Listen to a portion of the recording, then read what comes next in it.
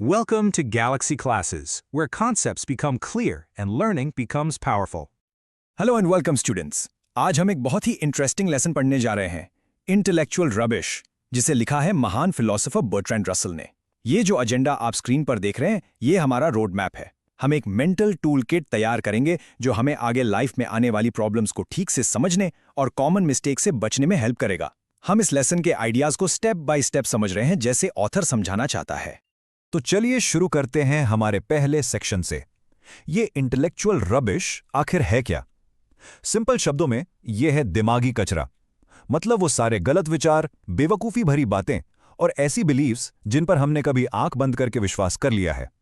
और रसेल का मकसद है हमें इस कचरे को साफ करने के टूल्स देना। देखिए, ऑथर अपनी बात कैसे शुरू करते हैं। वो कहते हैं, to avoid the various foolish opinions to which mankind are prone, no superhuman genius is required.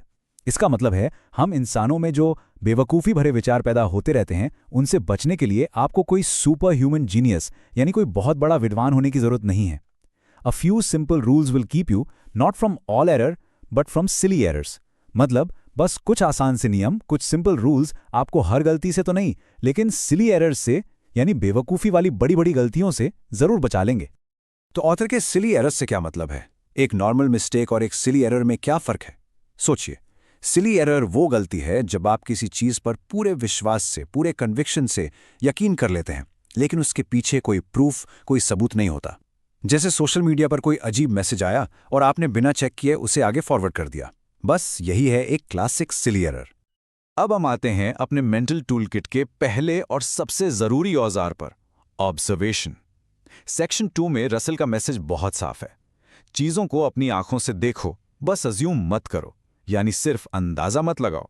आपकी अपनी आंखें इंटेलेक्चुअल रबिश के खिलाफ आपका सबसे बड़ा हथियार हैं। और ये है रसेल का पहला नियम। बिल्कुल सिंपल सी बात है। If the matter is one that can be settled by observation, make the observation yourself. यानी अगर कोई ऐसी बात है जिसे आप खुद देखकर, जांच कर पता लगा सकते हैं, तो वैसा ही कीजिए। किसी की सुनी सुनाई बात पर भरोसा मत कीजिए। जैसे अगर ये अफवाह फैले कि कल स्कूल की छुट्टी है, तो उस पर यकीन करने के बजाय खुद स्कूल का नोटिस बोर्ड चेक कीजिए। इसी को कहते हैं मेकिंग द ऑब्जर्वेशन योरसेल्फ। इस बात को समझाने के लिए रसेल एक बहुत ही मशहूर और मज़ेदार एग्जाम्पल देते हैं। वो बताते हैं कि एरिस्टोटल, इतने बड़े फिलोसोफर, ये मानते थे कि औरतों के दांत मर्दों से कम होते हैं। बड़ी अजीब बात है ना? तो रसेल कहते हैं, Aristotle could have avoided the mistake by the simple device of asking Mrs. Aristotle to keep her mouth open while he counted. सोचिए, इतने बड़े ज्ञानी एरिस्टोटल ये सिली एरर करने से बच सकते थे अगर वो बस अपनी पत्नी मिसेस एरिस्टोटल से कहते कि वो अपना मुंह खुला रखें और वो उनके दांत गिन लेते। तो आखिर एरिस्टोटल ने चेक क्यों नहीं किया? क्योंकि उन्हें लगा कि वो पहले से जानते हैं। और यहीं पर रसेल हम सब के लिए एक बहुत जरूरी चेतावनी देते हैं। Thinking that you know when in fact you don't is a fatal mistake. मतलब ये सोचना कि आपको कोई चीज बिल्कुल अच्छे से पता है जबकि असल में आपको नहीं पता, ये एक फेटल यानी बहुत बड़ी गलती है। और आगे कहते हैं, to which we are all prone, यानी ये एक ऐसा जाल है जिसमें हम सभी बहुत आसानी से फंस जाते हैं। तो क्या आप आज के जमाने का कोई ऐसा एग्जाम्पल सोच सकते हैं जहां लोग अज्यूम करते हैं कि उन्हें सब पता है, लेकिन वो बिल्कुल गलत होते हैं? बिल्कुल, इसका सबसे अच्छा एग्जाम्पल है ऑनलाइन फेक न्यूज फैलाना। ये आज का एरिस्टोटल मिस्टेक है। लोग सेंसेशनल हेडलाइंस को शेयर करते जाते हैं, बिना फैक्ट्स को ऑब्जर्व किए, बिना सोर्स को वेरीफाई किए, बस ये अज्यूम करके कि ये सच ही होगा। चलिए अब आगे बढ़ते हैं सेक्शन 3 में। यहां रसेल एक अलग तरह की चुनौती की बात करते हैं। उन ओपिनियंस का क्या करें जिन्हें हम आसानी से ऑब्जर्व नहीं कर सकते, जैसे पॉलिटिक्स, फिलॉसफी या सोसाइटी के बारे में विचार। ऐसे बिलीफ्स को कैसे हैंडल करें जिनका कोई ठोस, आसानी से दिखने वाला प्रूफ नहीं होता।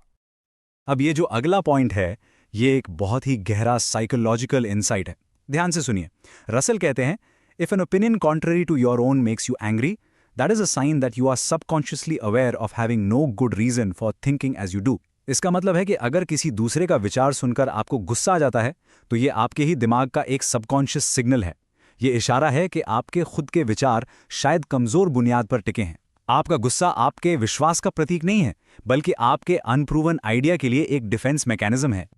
और ये कंपैरिजन इस बात को बिल्कुल साफ कर देता है। देखिए, अगर कोई आपसे कहता है कि 2 + 2 = 5, तो आपको गुस्सा नहीं आता, शायद आपको उस पर थोड़ी दया यानी पिटी आएगी, क्योंकि आप अपनी नॉलेज को लेकर 100% सर्टन है। लेकिन अगर कोई आपके किसी पॉलिटिकल विचार को चैलेंज करता है तो आपको गुस्सा आ सकता है। क्यों? क्योंकि आप सबकॉन्शियसली अपने मन के अंदर अनसर्टन है। आप जानते हैं कि इसका कोई एब्सोल्यूट प्रूफ नहीं है। तो हम इस डॉगमेटिज्म यानी कट्टरपन के जाल से कैसे बचें? रसल हमें कुछ प्रैक्टिकल आसान से स्टेप्स बताते हैं। पहला, अपने एको चैम्बर से बाहर निकलें और अलग अलग विचारों के बारे में जानें। दूसरा, जानबूझकर ऐसे लोगों से मिलें जो आपसे अलग सोचते हैं। और तीसरा, और ये सबसे ज़रूरी है, हमेशा याद रखें कि उनकी नज़र में आप वो इंसान हैं जो अजीब, ज़िद्दी और गलत है। ये एहसास आपको और ज़्यादा ओपन माइंडेड बनाएगा।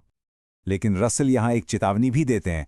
वो कहते हैं, Becoming aware of foreign customs, however, does not always have a beneficial effect. मतलब सिर्फ अलग-अलग विचारों को जान लेना ही काफ़ी नहीं है। वो हिस्ट्री से एग्जाम्पल देते हैं मैंचूज और चाइनीज़ लोगों का।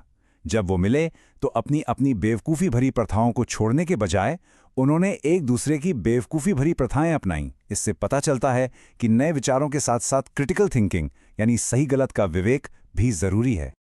इसलिए रसल हमारे टूलकिट में एक और शक्तिशाली औजार जोड़ते हैं, साइकोलॉजिकल इमेजिनेशन। वो सलाह देते हैं कि आप अपने मन में एक इमेजिनरी आर्ग्यूमेंट, एक काल्पनिक बहस करें, एक ऐसे इंसान के साथ जिसका विचार आपसे बिल्कुल अलग हो। जैसे आप सोचिए कि महात्मा गांधी आपके आर्ग्यूमेंट्स को कैसे रिफ्यूट करेंगे, यानी कैसे गलत साबित करेंगे। ऐसा करने से आपकी सोच मजबूत होगी और आप कम डॉगमैटिक बनेंगे। अब तक हमने क्लियर थिंकिंग के रास्ते में आने वाली बाहरी चुनौतियों की बात की। सेक्शन 4 में हम अंदर की तरफ देखेंगे। हम दिमागी कचरे के उन स्रोतों यानी उन इंटरनल सोर्सेस की बात करेंगे जो हमारे अंदर से ही आते हैं, और ये सबसे ज़्यादा खतरनाक होते हैं। रसल इसके लिए 2 मुख्य दोषियों को पहचानते हैं, प्राइड और फियर यानी घमंड और डर। और ये एक बहुत ही ज़रूरी सलाह है। रसल कहते हैं, be very very of opinions that flatter your self esteem. इसका मतलब है ऐसे विचारों से बहुत सावधान रहो जो आपके आत्मसम्मान को बढ़ावा देते हैं। हमें हर उस आइडिया से एक्स्ट्रा सावधान रहना चाहिए जो हमारे ईगो को बढ़ाता है या हमारी सुपीरियर होने की भावना को आराम देता है, क्योंकि ऐसी बातों पर हम बिना सवाल के विश्वास कर लेते हैं। इसका एक क्लासिक एग्जाम्पल है मैन वर्सेस वुमन की बहस। एक तरफ के लोग अपनी प्राइड को बढ़ाने के लिए ये कह सकते हैं कि ज़्यादातर बड़े साइंटिस्ट मर्द थे, तो दूसरी तरफ के लोग ये जवाब दे सकते हैं कि ज़्यादातर क्रिमिनल्स भी तो मर्द ही होते हैं। दोनों ही तरफ के लोग अपने आप को बेहतर महसूस करवाने के लिए अधूरे सबूत इस्तेमाल कर रहे हैं, जबकि सच्चाई इससे कहीं ज़्यादा कॉम्प्लेक्स है। तो फिर इंसान की इस घमंडी प्रवृत्ति यानी कंसीट से कैसे निपटा जाए? रसल हमें एक बहुत ही हम्बलिंग यानी विनम्र बनाने वाला नजरिया देते हैं। वो सुझाव देते हैं कि हम खुद को याद दिलाएं कि इस विशाल ब्रह्मांड के एक छोटे से कोने में, एक छोटे से प्लैनेट पर इंसान का अस्तित्व बस एक छोटा सा ब्रीफ एपिसोड है। ये कॉस्मिक विचार हमारे अहंकार को कम करने में मदद करता है। अब हम आते हैं दिमागी कचरे के दूसरे इंटरनल सोर्स पर, फियर यानी डर। डर हर तरह का दिमागी कचरा पैदा करता है, युद्ध के समय में तबाही की अफवाहों से लेकर अंधेरे में भूत देखने तक। डर हमें आराम देने वाली चीजों से भी चिपकाए रखता है, जैसे स्वर्ग या अमर होने की कल्पना। ये अंधविश्वास यानी सुपरस्टिशन और दुख की बात है, क्रूरता यानी क्रुएलिटी दोनों का एक बहुत बड़ा सोर्स है। इसी वजह से रसल ये शक्तिशाली और गहरी बात कहते हैं, to conquer fear is the beginning of wisdom. ये लाइन याद रखने लायक है।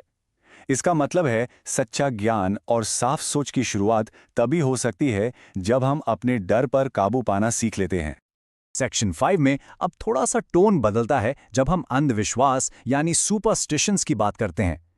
रसल कहते हैं कि हर दिमागी कचरा नुकसानदायक या गंभीर नहीं होता। इसमें से कुछ काफी अजीब और यहां तक कि मजेदार भी हो सकता है। यहाँ रसल अपने कुछ पर्सनल अनुभव शेयर करते हैं। वो बताते हैं कि एक बार उन्हें प्राचीन इजिप्ट के देवता ओसाइरिस का एक लेटर मिला जिसमें उनका टेलीफोन नंबर भी था। रसल ने उनकी पूजा शुरू नहीं की, लेकिन वो मानते हैं कि उस लेटर ने उन्हें खूब हंसाया। उनके पास अक्सर ऐसे लोगों के खत आते थे जो खुद को ईश्वर का दूत बताते थे।